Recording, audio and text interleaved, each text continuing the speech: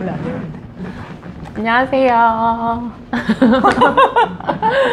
오늘은 리브스토리즈의 최은영님과 함께 유튜브를 찍어보겠습니다. 네. 최근에 이제 공통된 주제를 얘기를 나누다가 우리는 급격하게 친해져서 유튜브를 서로 응원해주자 하는 의미에서 이렇게 오늘 같이 촬영하게 되었습니다. 네, 그 소위 그 혼발이 통한다고 하죠.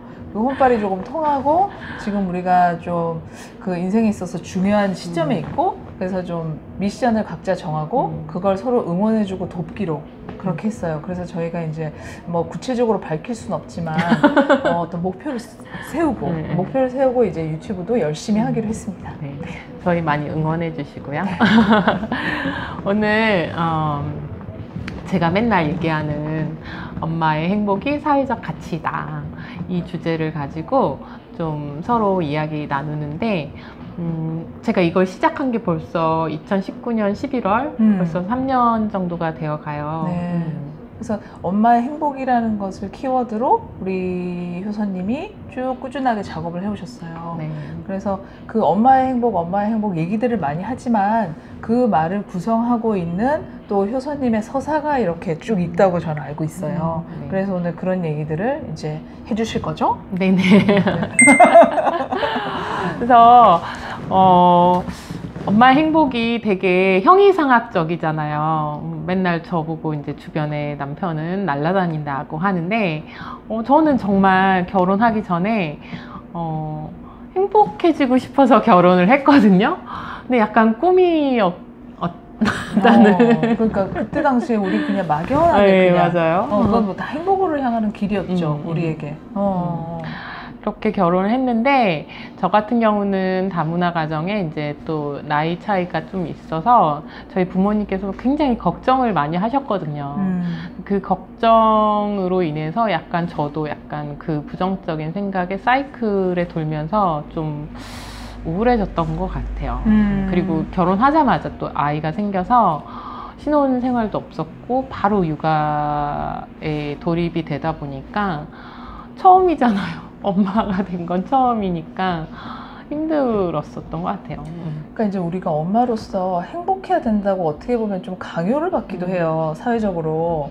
뭐 이제 엄마의 역할이 이러이러하고 이 세상에서 이렇게 가장 아름다운 우리 아이, 사랑스럽고 행복한 가정에서 우리는 행복하게 살 거야. 이렇게 어떻게 보면 때로는 우리가 억지 미소를 지으면서 그걸 유지하려고 되게 노력하는 그런 저 자신을 발견하기도 하는데, 나는 효선님은 예를 들면 이런 얘기를 뭐 좀 감히 하기는 우리가 어렵지만 언제 정말 불행의 어떤 불행이 엄습했던 그런 순간들 네, 누구나 있잖아요. 나도 그랬고 나도 미쳐버릴 것 같았던 적이 너무 많았고, 그러니까 그게 어떤 바닥을 쳤는지 그 다음에 지금 이제 물론 막 다시 올라왔지만 네, 그런 얘기 한번. 네.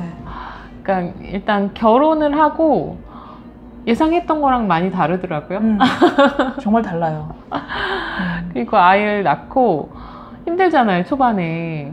근데 아들은 생각보다 잘 먹고 잘 자고 잘 싸니까 그렇게 어렵진 않은데 이제 아이가 크고 막 버겁고 체력의 한계를 느끼고, 또 아이가 이제 점점 크면서 커가는 걸 보는 건 정말 행복했던 것 같아요. 맞아요. 아이의 성장은 정말 행복한데 초등학교에 딱 들어가고 학교에 처음 갔는데 그냥 저는 충격이었어요. 이제 학교가 30년 전 제가 다닐 때랑 똑같고 또 학교에서 어떻게 쉬는 시간도 밖에 나가지 않고 계속 그 제자리에 앉아 있어야 하고, 그러니까 학교가 약간 맞아. 그 유치원 어린이집의 연장선상에서 보육하는 개념으로 아이들을 계속 이렇게 트러블 없이만 케어하는 게 좀 되게 답답해 보였어요.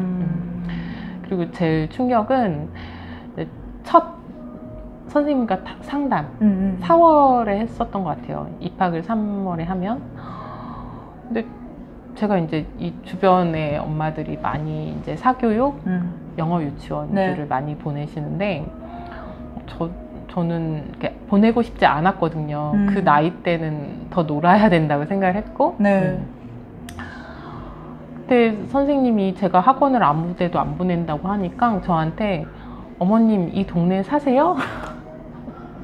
이렇게 여쭤보시는 거였어요. 이 근처에서 자라났고. 그래서 그 질문이 저를 굉장히 많은 고민에 빠져들게 했었던 것 같아요. 그렇죠. 특히 효선님의 동네가 좀 그런 성향이 강한 동네였던 점도 좀 한몫했고, 맞아요. 네, 그리고 그 학교 선생님들이 되게 서슴없이 가정에 부과하는 의무사항을 얘기해요. 학교에서 해야 될 거를 맞아요. 막 왜 이걸 준비해서 오셨어야죠? 이걸 해야죠? 이렇게 얘기를 많이 하시는 거잖아요. 그렇죠? 그래서 저는 원래 아이를 키울 때 지방에서 자유롭게 키우고 싶기도 했지만 멀리 떠나서 살 수 없었던 그렇죠. 환경 때문에 이런 현실적 여건이 있고 또 혹은 좀 그 일반 공교육보다 조금 자유로운 그런 학교를 찾아도 이 근처에는 또 없었거든요.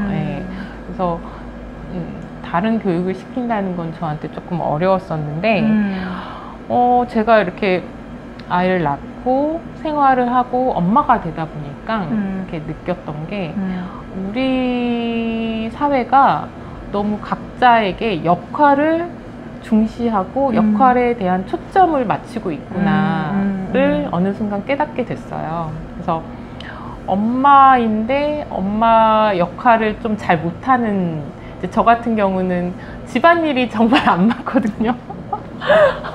정말 하기 싫어요. 저는 오히려 나가서 되게 일을 하고 싶은데 또 여러 여건이 안 돼서 제가 과거 결혼할 때와 비슷한 어떤 환경으로 일을 할 수가 없었어요. 그러니까 자꾸 좌절감이 오는 거예요. 네. 근데 엄마 역할도 제대로 못해. 그러니까 자꾸 자책이 되고 네. 이 자책이 정말 안 좋더라고요. 근데 이제 사회적으로 너무 의무사항을 많이 떠넘기거든요, 사실은. 그러니까 그게 최소한 요 정도 이제 기본적인 거 지켜주면 딴 것은 좀 자유롭게 열어주는 게 좀 많았으면 좋겠는데, 굉장히 그 소위 말하는 뭐 어려운 말로 모성 이데올로기, 이래야 된다라고 하는 딱 그 전형, 그런 게 존재를 하다 보니까 그것이 안 되거나 조금 달리 가면은 부족한 걸로 확 와버리는 거야, 그냥. 그냥 다른 거고, 그냥 뭐 좀 이렇게 하고 무슨 애를 무슨 뭐 방치하거나 다치게 하는 것도 아니고 뭐, 그죠? 무슨 뭐 먹여 살리지 못하는 것도 아니고, 하고 싶은 거 하게 해주는데도 계속 뭔가 부족하다, 나는 계속 더 희생해야 되고, 더 뭘 기여해줘야 된다라고 하는 생각을 자꾸 주는 것 같았어요. 맞아요. 그래서 저도, 엄마가 되고 생각을 해본 게, 이게 왜 이런 사회 현상이 생겼나 이렇게 곰곰이 생각해 보면 그동안 이제 제가 자라오던 시대 저희 부모님은 이제 한참 일을 많이 하셨잖아요. 그 시대에 많이 성장도 했고 우리 70, 국가를 뭐 살려내는 어떤 역군들이셨으니까. 네. 그래서 그 시대가 이미 지나고 이제 어떻게 보면 중진국에서 선진국으로 가려는 문턱에 있다 보니까 역할보다는 조금 존재에 대한 시각으로 아이도 바라봐주고 자기 자신도 그렇게 바라봐줘야 되는 시기가 접어들었다라는 생각을 최근에 많이 하고 있어요. 그럼요. 그러니까는 점차적으로 이제 우리 젊은 친구들, 뭐 소위 20대 친구들도 보고 그 어린 우리 아이들도 보지만은, 그러니까 스스로 많이 주눅들거나 아니면 뭐 하나 조금 잘 한다고 해서 그걸로 잘난 체를 하거나, 그러니까는 굉장히 어떤 쉽게 날아가 버릴 수 있는 문제들을 가지고 뭔가 결정적인 것 마냥 얘기되어지고 있고, 그러면 그것을 가지고 있지 않은 데서 와지는 상실감이나 상대적으로 뭐 박탈당했다든지 굉장히 처진다라는 느낌으로 이게 자존감이 확 꺼지는, 그리고 그게 뭐 이렇게 소위 밝고 명랑한 아이들도 어떤 그 조건 같은 것들에 의해서 좌지우지 되어서 생긴 그런 밝음과 명랑함이 과연 자존감일까? 그런 생각도 들기도 하고, 참, 그러니까 말씀하신 대로 정말 조금 그 부분을 조금만 더 깊이 얘기해 주시면 어떨까요? 좀 더 존재적인 면, 그다음에 나 자신에 대한 문제, 이런 것들. 그래서 요새 제일 그 교육에서 키워드가 자기주도 학습이잖아요. 근데 자기주도 학습이 되려면 자기 스스로 생각할 수 있어야 될 것 같아요. 근데 그 아이가 생각할 시간을 주는 게 아니라 그냥 그 학교 이후에 해야 되는 어떤 과제들로 시간을 가득 채워버려서 아이는 학생이니까 공부해야 되는 어떤 그 역할만 던져주는 거죠, 부모가.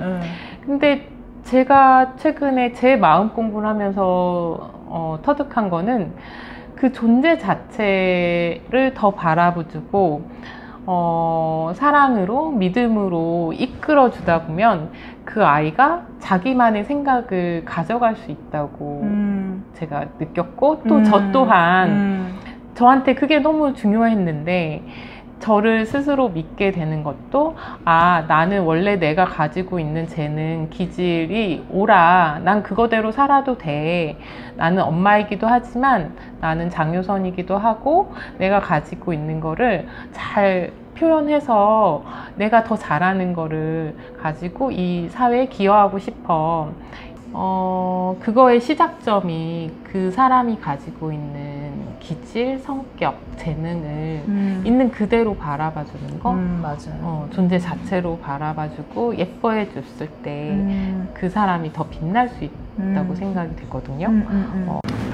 그래서 결국은 남과 우열을 가리는 비교하는 교육이 아니라 자기 자신을 계속 개발시킬 수 있게 자기를 알아가는 교육을 배웠으면 좋겠다는 생각이 있어요. 맞아요. 그래서 나는 그렇게 다채로운 가운데 각자 아이들이 그런 모습들을 보여주면서 서로 그거를 응원해 줄 수 있는 분위기가 되면 얼마나 좋을까.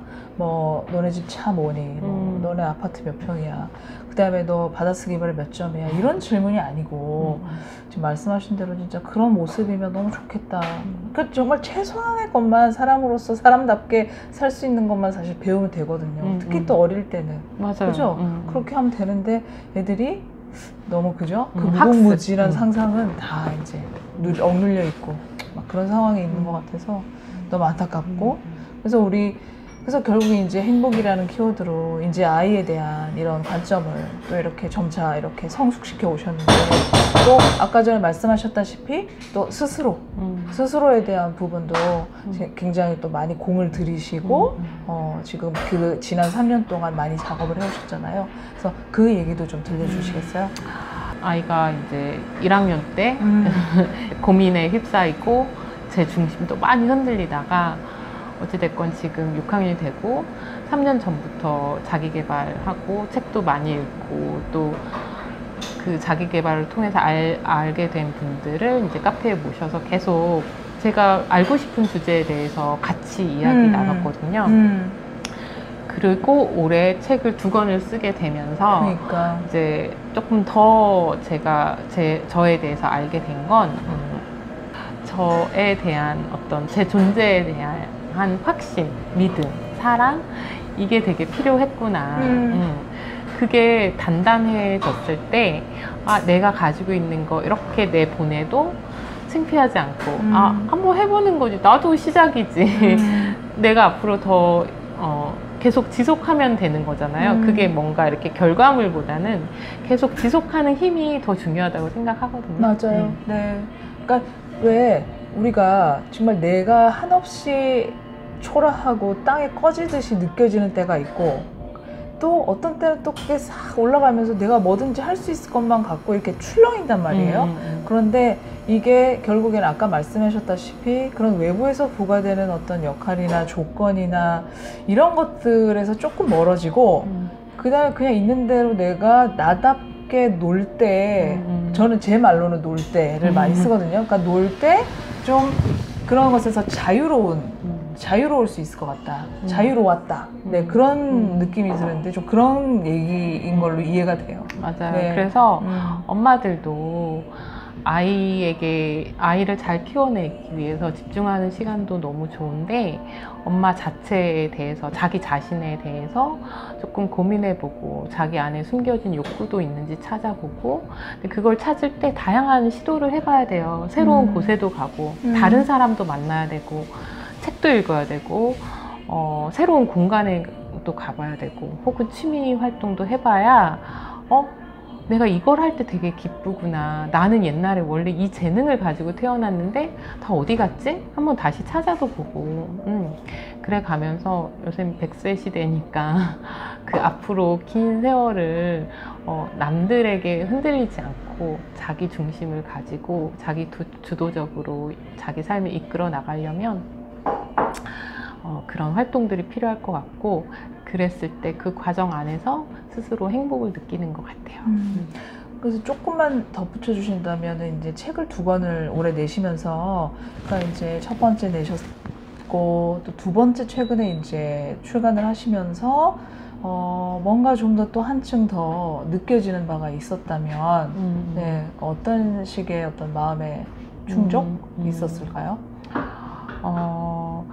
글을 쓰고 책을 내고 싶었던 거는 아주 예전에 있었던 어떤 이렇게 꿈 같은 거였고요. 이번에는 글도 쓰고 프로젝트를 완성했잖아요. 네. 처음부터 끝까지 그냥 싹 다 담당하셨죠. 그래서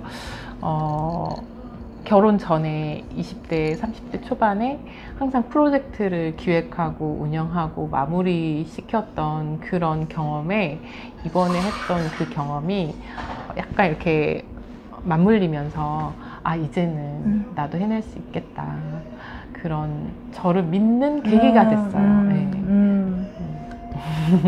너무 중요한 포인트. 나를 믿는 것. 정말 모든 걸 다 때려치고 싶고 이게 다 무슨 소용이야 라고 하는 위기감이 올 때마다 나를 믿는 것. 내가 이렇게 넘어져서 발발 기어다니게 내 자신은 나를 이렇게 놔두지 않아 라고 하는 부분. 저도 그거 내가 설마 나를 이렇게 두진 않지 이러면서 또 뭔가 또 막 이렇게 주변을 살피면서 꿈틀거리는 나를 볼 때 네, 그게 얼마나 중요한 힘인지 다시 또 느끼고 그렇게 하고 있어요. 맞아요. 그래서 결국은 결과물보다는 내가 그냥 오늘도 하는 거 내일도 할 거고 그냥 죽기 전까지 나는 내 삶을 완성시켜 나가기 위해서 계속 걸어갈 것이다. 그때 느껴지는 행복감 그게 엄마들의 행복이지 않을까 생각해 봅니다. 네, 좋은 말씀이고 그러니까 마음이 조금 따뜻해지면서 뭔가 이렇게 차오르는 것 같은 그런 느낌을 받고 있어요. 네. 그러면 또 다음 기회에 뵙는 걸로 하고 여기서 마무리하겠습니다. 감사합니다. 감사합니다.